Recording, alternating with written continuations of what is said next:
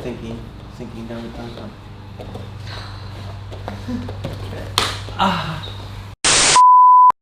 So we're here in my garage. We're gonna do a Gord's Garage series. So let me know what you guys want to see as far as technique breakdowns go. I'm basically gonna be doing breakdowns of other people's matches, not my own. But just like any main UFC event or MMA fight or something, maybe you guys can link me to a match you want to see me break down, like the main parts of it. But we're gonna be doing some stuff in my garage, which looks awful right now. It's got car parts and home gym parts everywhere, and garbage cans all over the place. But we have mats, so we're at least that got that far. So this is a really interesting match because you don't really see too many leg locks, especially in high-level MMA. You see more leg locks in the lower levels, and then kind of once you get to the higher levels like the UFC and Bellator, you don't really see too many heel hooks happening, especially outside heel hooks. Paul Harris was pretty famous for doing outside heel hooks. He had beautiful entries from standing position to ground, to where he would pick up a leg and then fall back into the legs and like viciously break people. Actually get kicked out of the UFC because he wouldn't let go of the heel hooks. Ryan Hall is another good example where everyone's really afraid of him, where they can't move towards him because he just dives in Minari rolls or reverse Minari rolls onto the legs and then heel hooks guys. So it's very interesting when you get to see heel hooks being done properly or at all, in high level UFC fights and getting through to submissions. Now, of course, the leg lock defense is much lower in MMA than it is in jiu-jitsu, but it's still impressive to be able to see guys going out there with punches and pulling off heel hook victories. Yeah, another big name obviously is Garry Tonon, hitting his heel hooks in one championship. Now, Garry's a very special case. His mechanics are on point. He can break a leg no matter, inside, outside heel hook doesn't make a difference.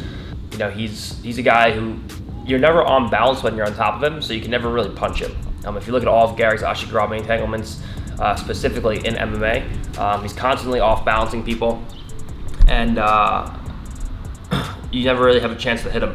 His last fight, he basically shot it on a single, pulled into ashigarami like Paul Harris used to do, and then just immediately outside the heel hook guy without him being able to punch him at all. So what Garry's doing is definitely a little bit different and a little bit more advanced than the rest of the group. All right, so now let's look at the actual breakdown. Let's first look what Kelvin Gastelum actually did, and we'll go through the full play out of Jack starting with an X guard, moving to a Rimi ashigarami, moving to an inside ashigarami, and then actually getting the finish. Okay, so we enter in. He entered in on Kelvin's left leg with an initial X guard. Now, I'm pretty sure he elevated in from a half guard and got into an X guard, and Kelvin went to stand up. Now, Jack threw his legs up into an Arimi ashigarami and switched from a scoop grip to an overwrap like so. Okay, what this does is it allows him to keep Kelvin's leg trapped with the initial explosion. So if you see, he throws his legs up, he puts the tricep down over Kelvin's foot. Now Kelvin tries to give a big explosion and rip his leg out, like so. But he stayed trapped. Now from here, that he has the initial explosion covered, everything becomes much easier. The biggest issue guys face is that they throw an ashigarami into place, and they don't cover the shoelaces, and now he just goes to kick out, and she's gone, and then the position's lost, and you have to restart everything up from square one. Okay, so we go in, we initially catch, she goes to explode initially, we control. Now, Kelvin basically just tried to turn and fall down to the ground. He actually kind of exposed his own heel from here, okay? So now, Jack did a great job of using a false grip over the leg like so, and just glued Kelvin's shin to his chest. Where now from here, he pointed his knees towards the ground, and when Kelvin went to go run away, he couldn't run away. And now, as Kelvin went to go run away, Jack managed to feed from an Arimi ashigarami with his right leg to an inside ashigarami, inside the legs like so. So now, he has 2 feet inside. This is much stronger now because now you have 2 feet inside of your partner's legs. With the Arimi ashigarami, if she just reaches back and peels the foot off the hip, she can defend. But when I have 2 legs locked behind my partner's far hamstring, like so, when she goes to fight out with that, even if she goes to fight the hands out, Kelvin didn't do any of that, but even if she went to fight the legs out, it's not an easy thing to do. And now from here, he went in, he locked up a wrist to wrist grip, and now he finished with the outside heel hook right from this position here. Okay, so he initially moved from an X guard to an rb.gy, like so, and took his hand around and got an initial catch. Now Calvin went to go give an initial explosion away, but that wedge with the legs and over the shoelaces prevented that. Now from here, Kelvin basically just went to go crawl away a second time and kind of exposed his own heel from here. Now he took a false grip up and over the heel, and Kelvin now went to go crawl away, but this false grip, wedging the leg between the hand and the chest, combined with the wedge of the legs, allowed him, he actually set up a little bit here, which he really shouldn't have done, but Kelvin went to go move away, and he followed him up like so. This actually takes your back off the floor. You should keep your back on the floor so there's more friction, so it's harder for him to pull away. But regardless, he went to go pull away, and Jack managed to keep his legs locked in tight. Now he locked up the hands, and now he went to feed his right leg inside. Now notice, if you go to feed the right leg inside, right from this position, you'll never be able to reach. So you have to extend your left leg to get yourself off your hip and onto the point of your left shoulder. And that makes it easy now to put your foot to the inside of her two legs, lock on with sticky hooks to the back of her hamstring, and now when she goes to pull away, it's useless. When she goes to peel the foot off the hip, it's not there anymore, and now from here we can go in, lock up, and we can get strong finishes with an outside heel hook from inside out shoot around. Okay, go ahead. All right, so this is something that's pretty uncommon in MMA fights. Most guys on defense pretty much just rely on sweat and the lack of their opponent's ability to just be able to kick the leg out right from the beginning. The issue with that is, number one, if you have someone good, it's hard to do, as you saw. And number two, that it doesn't bring you into a position where you better your position. Best case scenario, you get to kick your leg out, and then the guy stands up or he chases you up and follows you up to a takedown. He follows you up to a takedown, and you lose the position completely, okay?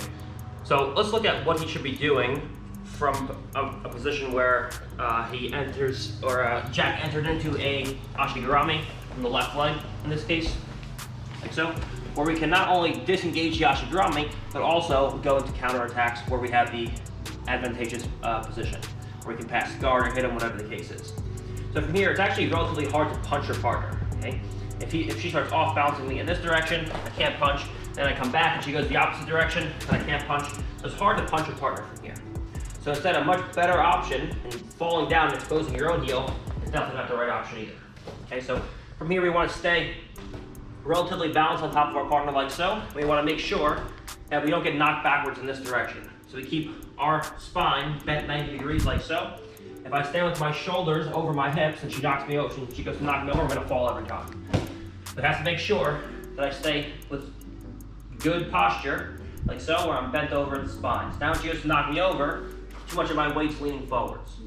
In addition, I never give my second leg to my partner, but she can just grab two of my legs and now easily knock me backwards. So I have space between my two knees. I have my posture broken. So now when she goes to move me around from here, it's not an easy thing. Now from here, we take a grip on the sole of our partner's feet like so, and a reverse V grip on our partner's ankle.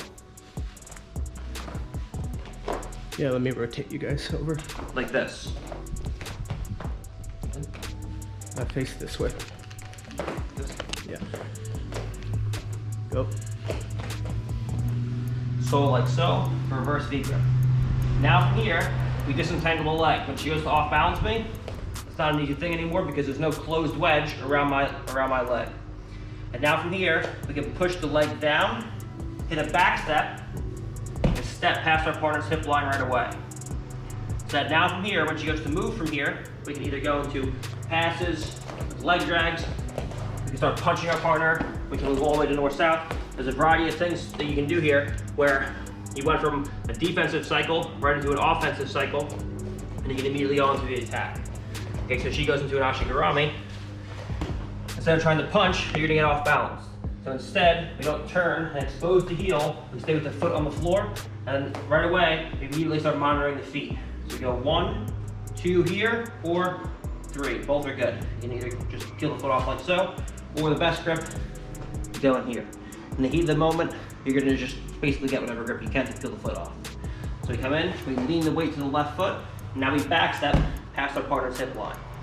And now from here, we're ready to go right into the attack. When she goes to move around, we can easily go into passes, or now we can start punching our partner, or from here we can go in and pass our opponent like so. So you're not only out of the danger, but you're still in the pocket, ready to go into all of your attacks. All right, so as we spoke about, of course, I hope you guys enjoy this Gord's Garage series. And I hope you guys enjoyed the breakdown. That was both, remember we have to talk about what Kelvin actually did and what he had to do to avoid the ashigarami. Okay, we're always talking about not just kicking out of the ashigarami and letting the guy stand up or follow you up, but how to stay in the pocket, avoid the ashigarami, and then move to a better position where you can hit the guy or submit him or what have you. So, obviously, we haven't decorated anything yet.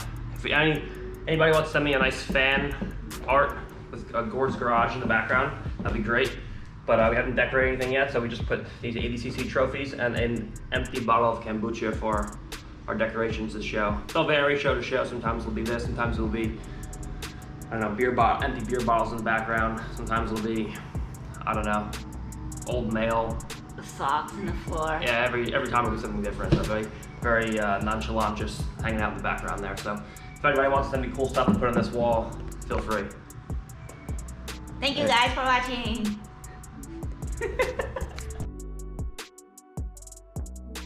Pretty good. What do you think of the Garage series now? The Garage is gonna be nice, and if you guys want me to break down any matches, I will do it too, okay? Because I know how to break down matches. I don't know how to perform well, but I know how to break down matches.